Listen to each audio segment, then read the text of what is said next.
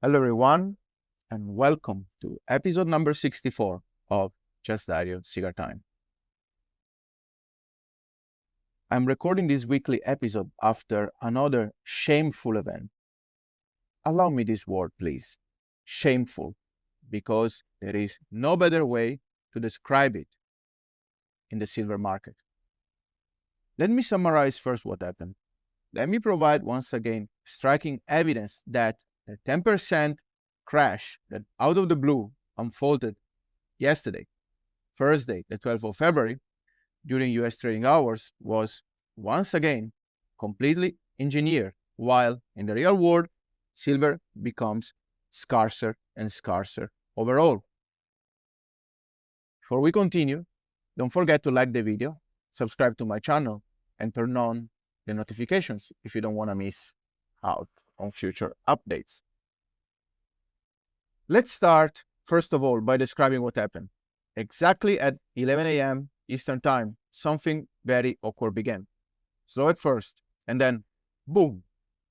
All of a sudden, in the span of 15 minutes, the price of silver almost crashed 10%.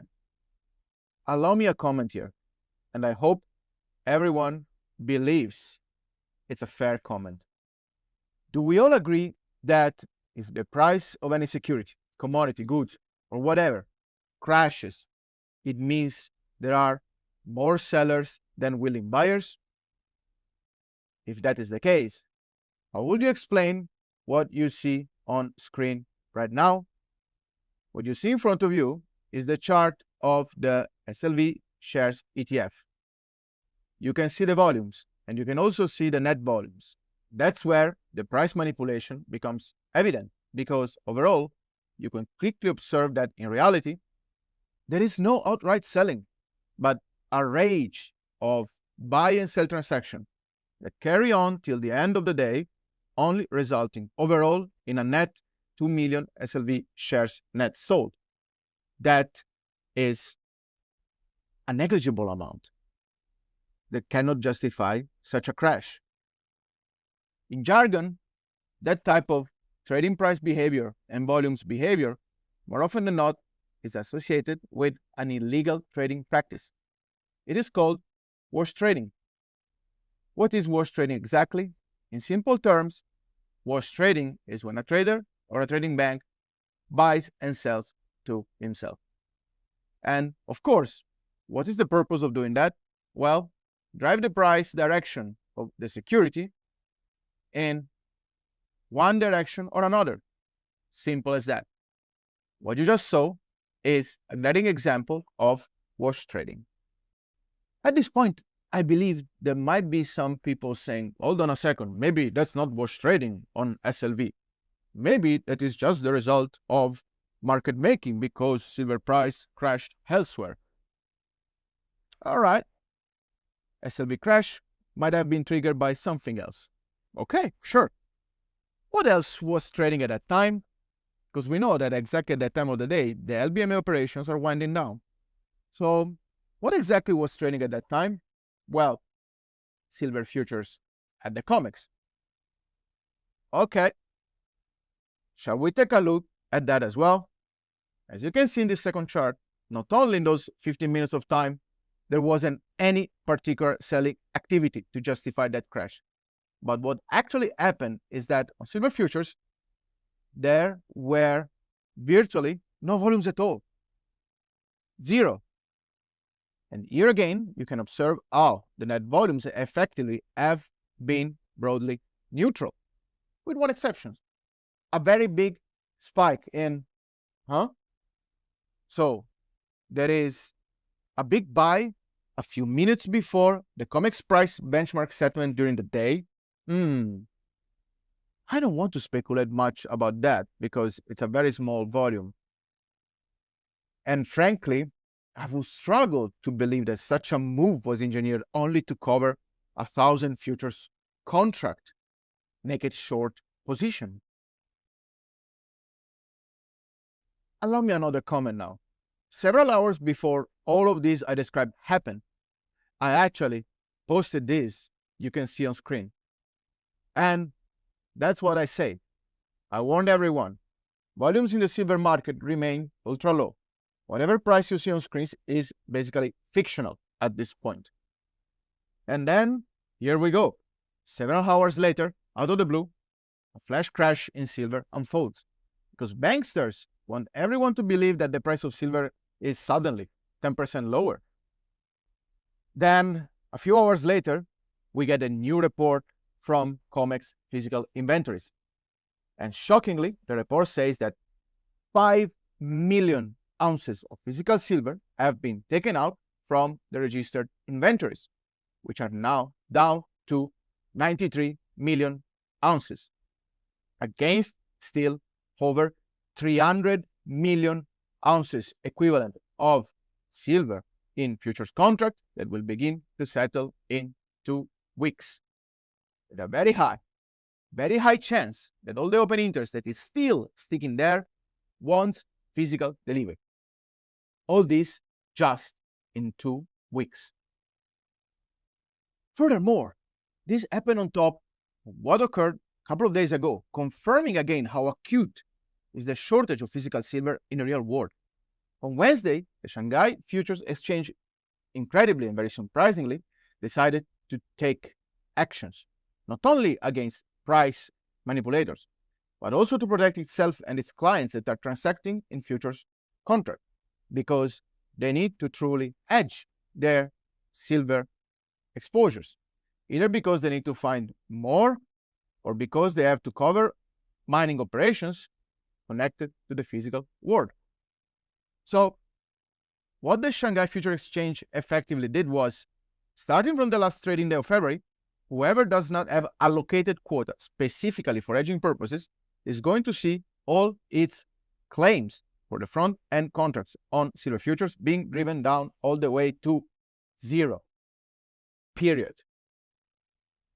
It says effectively, if you are a speculator, well, feel free to speculate, unless you break the rules, of course, otherwise we are going to shut your accounts. But if you aim to source physical from us when you don't need it to make goods, solar panels, EVs, and whatever, then we are going to slam you. You are not going to get the metal or being able to naked short it. Why such a move? Because only roughly 12 million ounces of silver are left in the Shanghai Futures Exchange votes. And without the possibility to settle a commodity contract with a real commodity, then a commodity exchange loses its purpose, right? Let's recap. On one side, you have the COMEX that is seeing accelerated draining. Shanghai Futures Exchange, on the other side, is now effectively gating the amount of physical silver that can be accessed from its vaults only to those that really have a need for it. Furthermore, major bullion dealers continue reporting how they are sold out of 99.99% silver, especially large bars, those that industrials are mostly after.